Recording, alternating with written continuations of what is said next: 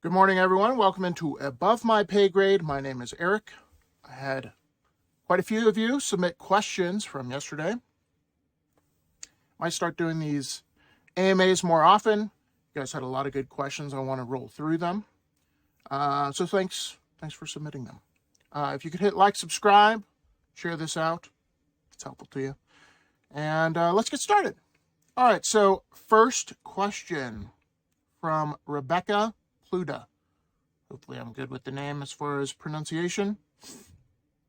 Her question is, do countries without fiat currency have economic crashes? If so, what factors or events precipitate or cause those to happen? Great question. So every developed country in the world has a fiat currency. There has been attempts to have gold-backed currency, and Russia's the first country who is trying to de-dollarize who has nuclear weapons. There's been other countries who have tried to de-dollarize around the world, meaning not wanting to use the dollar for energy. And there was some invasion consequences to those actions. But the reason developed countries have fiat currency, the best way I kind of understand it is, let's say China wants to have a gold-backed currency. What that means is credit is not as prolific, because you have to, if you're borrowing currency, they can't just print it out of thin air. There's not an abundance of it. They have to mine more gold. They have to be more productive in order to get gold to back their currency. And so credit is expensive because gold's expensive and it's an actual currency. If the United States had the opposite of that, meaning fiat, if you just separated those countries and they never went to war, in the long run, China would win. And the reason being is the country with the fiat currency is going to print their way out of existence. That's what every fiat currency does. That's what we're experiencing today. But every developed country around the world is in massive amounts of debt and has fiat currency, just like the United States. And the reason that is, if you have austerity measures and your currency is backed by gold, then the other country can print their way through war, and you cannot. Think back to World War II. We had to sell bonds to get through that war, and we went into debt. We actually did go into debt, sending IOUs out. But war costs a lot of money. And if you have a currency that you can't print and you can't go into a lot of debt to go into war, that other country can come and invade, take your stuff. And yes, that way of doing business is way better, but it only lasts as long as you don't get defeated in war. Hopefully that makes sense. But that's why every country has some kind of fiat currency today, because the world or the global reserve currency, which is the dollar, which energy is used for dollars are used to buy energy. Those countries print their own currency to get dollars. That's how it works. Okay. But if we lived in a world where there wasn't fiat currency, yes, there would be booms and busts, because human psychology is good times people spend money, bad times people save money. So there'd be natural booms and bust cycles, and you can look back to the 1800s and see that before central banks. We had a wildcat banking system, and there was no even central currency, and there was no federal income tax. But those booms and busts are micro compared to what we have today. We go way up the ladder and then fall all the way down. And that fall hurts a lot more than falling 2 feet, which would happen if we had a hard currency, gold-backed currency, Bitcoin, what have you. Hopefully that made sense. If it didn't, hit me up in the comments and I'll clarify. All right. Okay, that's question 1. And we'll be here for a while.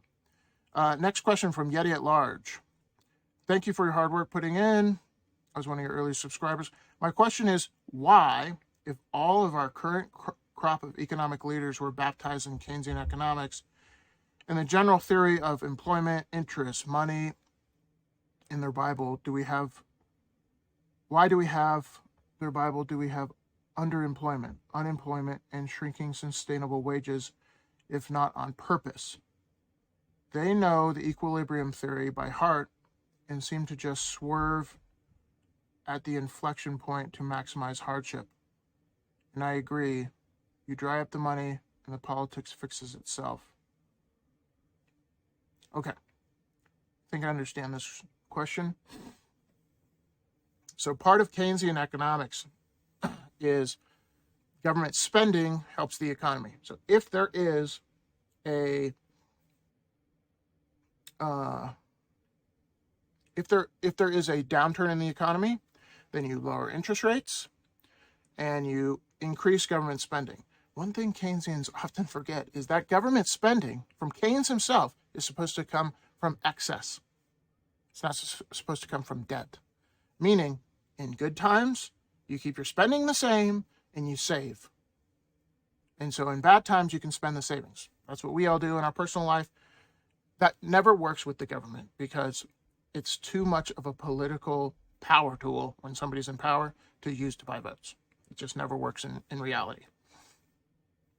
So why is there underemployment or unemployment? We are at the end of the road with Keynesian economics. So if you print money and you lower interest rates to help out the economy, what happens when that interest or that burden that you've printed becomes so large that it's almost a majority of the taxes you take in? So just the interest on the debt is starting to become a burden, which means you have to print more to fund the lifestyle of the country. That means inflation. So Keynesian economics, in my opinion, works for like 50 years. And then it stops working after that because it's an economic theory of kicking the can down the road. More debt, more lower interest rates. But what happens if you can't go below zero? Well, technically you can. Europe's done it, but it does not work. So if you're at zero for interest rates and money is just free flowing throughout the economy like in 2020, there's nowhere else to go. And for the first time in my adult life, in my life in general, there's inflation. And so Keynesians are like, their brains breaking because GDP should be going through the roof with all this government spending. Unfortunately, it's not. Never works. All right. Next question from Florida Prepper. How much food storage should one person have, and how much ammo, gold, silver, etc., to protect oneself from what is coming? So I'm not a huge... I'll put it to you. Let me think. We live in a world of probabilities. So that's kind of how I think through all these problems. I got this from George Gammon. It makes a lot of sense. You have to think probabilities, not certainties, because there is no certainty. Because a lot of people look at the world and they think, for sure, like in 2008, we're going to have runaway inflation. And we did not. Okay? So there's a lot of variables that I don't have control over. And to a certain extent, it's hard to even wrap your head around. So, you know, a lot of people think we're going to have this day after tomorrow scenario where people are going to be roaming the streets and they're going to be foraging for food. And I don't necessarily think that. I do think, probability-wise, if food becomes scarcer, energy becomes more expensive, you're going to see more crime. And that's why I believe in having food storage, at least 6 months. And that's not because I believe we're going to be foraging for food. I think the grocery store may become a dangerous place. Because if food becomes uber expensive, it incentivizes people to steal it. Okay? And the same thing with, ammo. I won't tell you how much ammo I have. It's all under my desk. Just kidding. But I think everyone should have, I believe in the Second Amendment, everyone should have the ability and right to protect themselves and their family. So not only are people going to potentially, as crime goes up, want to steal from grocery stores, they might want to steal from you. Again, I don't think that's going to be like doomsday scenario, like packs of people roaming through the street. Is it a probability or is it a possibility? Yes. Is it a probability? I don't think so. As far as gold and silver, I'm not, I have 10% of my net worth in gold and silver. And I keep it that way. And so I don't have 100% of my net worth in gold and silver for a lot of reasons, and I won't get into those right now. But, all right. Hopefully I answered your question. Next question, Greg Phelps. Thanks, Greg. You're an early subscriber. Thanks for all your comments. My father and I had many oil discoveries from which I now receive monthly royalties.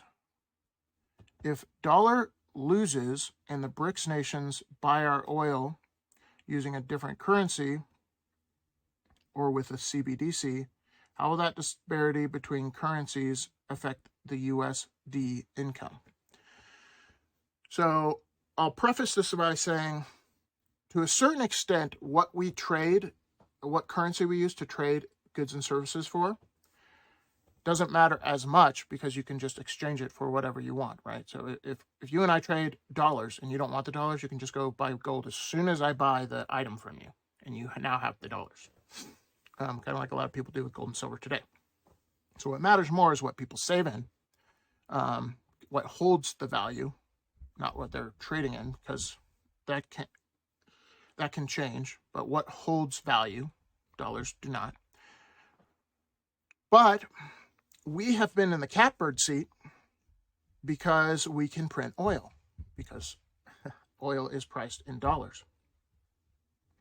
So if oil is priced in, number one, I don't think U.S. is ever going to sell oil. If you're in the United States, U.S. is ever going to sell oil to the BRICS nations, or the BRICS nations are going to buy our oil. I don't think so. I think it's going to be Europe and our allies. But I think we've played games with oil around the world by printing dollars, making oil cheaper for us, more expensive for other countries, because they have to trade their currency for dollars to buy the oil, blah, blah, blah. If that system breaks down, I think the price of your oil and the amount of money you get for it changes, and it changes month to month. It's not very static like it has been. Mainly because our currency isn't tied to oil anymore around the world.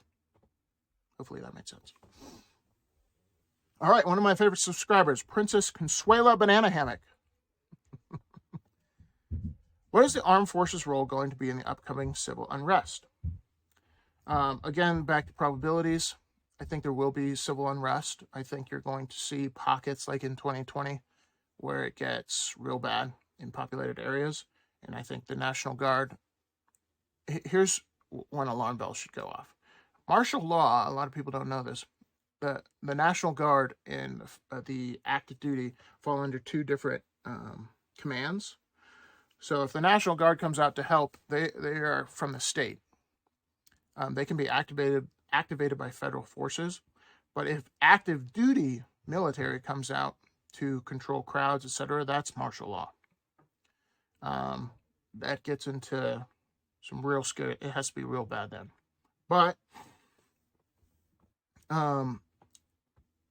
what I would look for is, if that happens, because they look the same. They wear the same uniform, yada, yada. But it is not the same. National Guard, by law, it's not the same. National Guard and active duty. They fall under a different command structure and authority, which is an important distinction when it comes to martial law. So if it gets bad enough, as you've seen in probably many states, you saw in D.C., they had the National Guard out there for 150 days, 180 days, I think, protecting the Capitol. So Notice they didn't do it for riots or anything like that. Anyways, National Guard, I think, will have a rule if there's mass civil unrest. All right, from Rebecca Pluta again. What happens to crypto investments if web or access to it goes down on a long-term basis? Great question. The internet is like the Gutenberg printing press. Can't really be controlled, in my opinion. Once the information's out there, there's all different ways to access the internet today. Make it very hard. A totalitarian country like China can do it. But a good example is China outlawed Bitcoin mining, and yet tons of Bitcoin mining still happens in China. And China is very totalitarian. So how is it still happening if they outlawed it? It's possible, okay? So notwithstanding that Bitcoin can, I've been told, I've read a little bit about this, can use radio waves, but you have to think about what happens to the banking system as well. Because a lot of people say crypto runs on the internet, and so they can shut down the internet, and therefore you can't use crypto. But our banking system runs on the internet. The one we use today, the fiat currency system, all internet. Or majority of it's internet. Not a lot of people use cash. So there's mutually assured destruction there. And that's why I don't think internet's going to go down from some nefarious person on a long-term basis.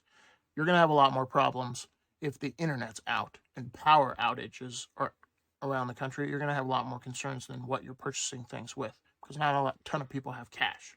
I recommend having some, but not a ton. Our economy does not use cash. So even if you have some, you've probably been to businesses before where they're like, hey, our system's down, we're only taking cash. And, 1 out of 100 customers can actually purchase something. All right, one more from Rebecca. Been thinking about the rarity that you discussed recently. What else besides Bitcoin, gold, silver do you consider safe and smart? Ooh, good question. I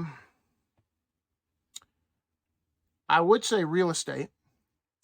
The unique property of that Bitcoin has is it's not geographically located, meaning you can take it with you and put it in your pocket. We have seen in the United States, if you own real estate, a good example is California. California is telling hotels if they have vacancies, they need to house the homeless. Yeah, that's right. And they do rent controls, all that kind of stuff. So you buy a property, you own it, and politics can change the laws around that, the kind of profit margin you can make, etc. And that is becoming more popular in the United States. So I am a huge fan of real estate because you can lever up and leverage in an inflationary world. It's a really good thing, especially if you can get the loan at under 5%. But the one thing I would consider is politics today, because that's changing. A lot of people like art. There's a company, I don't invest with them yet, but there's a company called Masterworks where you can buy fractionalized art, like 1/1000th of a Monet or something like that. Some people are into that, but you still have to trust the holder of said art because you only own 1/1000th of it. But in a world where it's Mad Max, you want something that you can take with you.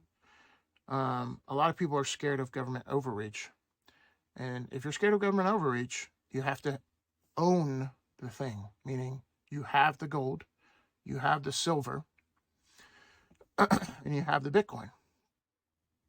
And you can have the real estate, but real estate's a hard thing to transport. You know what I mean? All right. Yeti at large. Again. All right. Never mind. Pepper Farms. Where is the safest place to store physical precious metals outside the United States? Where are they safest from confiscation, nationalization of the precious metal market?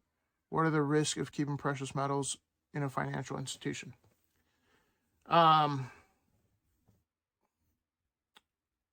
So banking is based off of trust, in my opinion. Society is based off trust. There's a level of trust. And that's how things work, right? That's how the machine keeps moving. If that trust breaks down, it's going to be real bad. It's anarchy. If you don't trust your government, if you don't trust your neighbor, if you don't trust the person purchasing the items and goods you sell, it gets real scary. So if you are scared of that kind of breakdown, I don't think there is a safe place to store anything other than trusting yourself, right? There's Swiss vaults that have stood the test of time. So as far as storing it outside the United States, yes, in the United States, they've confiscated precious metals. They've done it around the world as well. So if you are worried, if you think that probability is high, that social breakdown happens, obviously you're probably not going to get out of the United States with a ton of metals in your suitcase. So I look at Switzerland. But if you're staying in the United States and you're worried about that kind of upheaval and distrust in the government, you need to store it with yourself in a hiding spot that you live in, not in a safety deposit box. All right, from Sevilla. When should we take cash out of the bank? All right, so homework assignment. Look up Cyprus. I actually, in the content portion of my page, if you click on that, I linked a video on what happened in Cyprus. They had a bank bail in. And if you read closely the 9 million pages that you signed when you are doing business with your bank, it'll say there's a bail-in clause, meaning you look for the word, just Control F, unsecured creditor. Look for those words. You're an unsecured creditor of the bank, if need be, meaning what you do when you deposit money, you're loaning it to the bank. You're saying, here you go, and hoping that they give you that IOU that they hold on the balance sheet back to you. If things happen like 2008, and there's a systemic risk, and on top of that we have inflation, the government might not want to bail these banks out again. Why? Because that causes more inflation. So what would be a solution to the problem if there's systemic risk in the bank? The banks can take your capital and use it to bail themselves out because you're an unsecured creditor. Sucks to be you. That happened in the crypto market earlier this year. So it's definitely a possibility. So I keep enough cash. I have a 3 to 6 month emergency fund. That's the cash I keep in the bank. And that's it. Everything else is in other investments. I don't keep a ton of cash. If I was going to save cash, I would use like gold and silver as my, if you wanted a massive savings account because you're trying to purchase a house, put a huge down payment down or something along those lines, and it's like a 5-10 year outlook, I would save in something other than dollars. So the amount of cash, if they did a bail-in with the money I have, it wouldn't devastate me. But I would have some of your cash or some of your money in cash. But I don't think you should take your money out of the bank, is what I'm trying to say. Because our entire system runs on that, runs on electronic banking, etc. And there's going to be massive consequences to bank bail-ins. Just look in Cyprus. Everything became more expensive, and there's just upheaval all over the place. So I don't think that's very likely, but it is a possibility. But don't keep a ton of cash in the bank. Hopefully, made sense. Kind of all over the map. All right, from Financial Prepper, my good buddy. Will you please eat another banana slug on camera? How dare you? If you scroll down in my channel, you'll see me eating a video, but banana slug from way back when I was doing some training for my job. I did not enjoy it. So if you have a weak stomach and you're a sympathetic puker, don't watch that. And no, I'm not doing that again. And maybe pick another bug. I might eat that. Why suffer? Why suffer? Oh, okay. And one of these comments here, I guess I'm popular enough to get OnlyFans advertisements from Russian bots. So that's how you know your channel's growing. From some Russian bot. All right, that's all the questions. Thanks for watching. Thanks for listening. I hope I answered and clarified my take on all your questions. But if I didn't, hit me up in the comments of this video. Say, hey, you didn't answer my question. Can you clarify this or that? All right, guys. See you in the next one. Peace.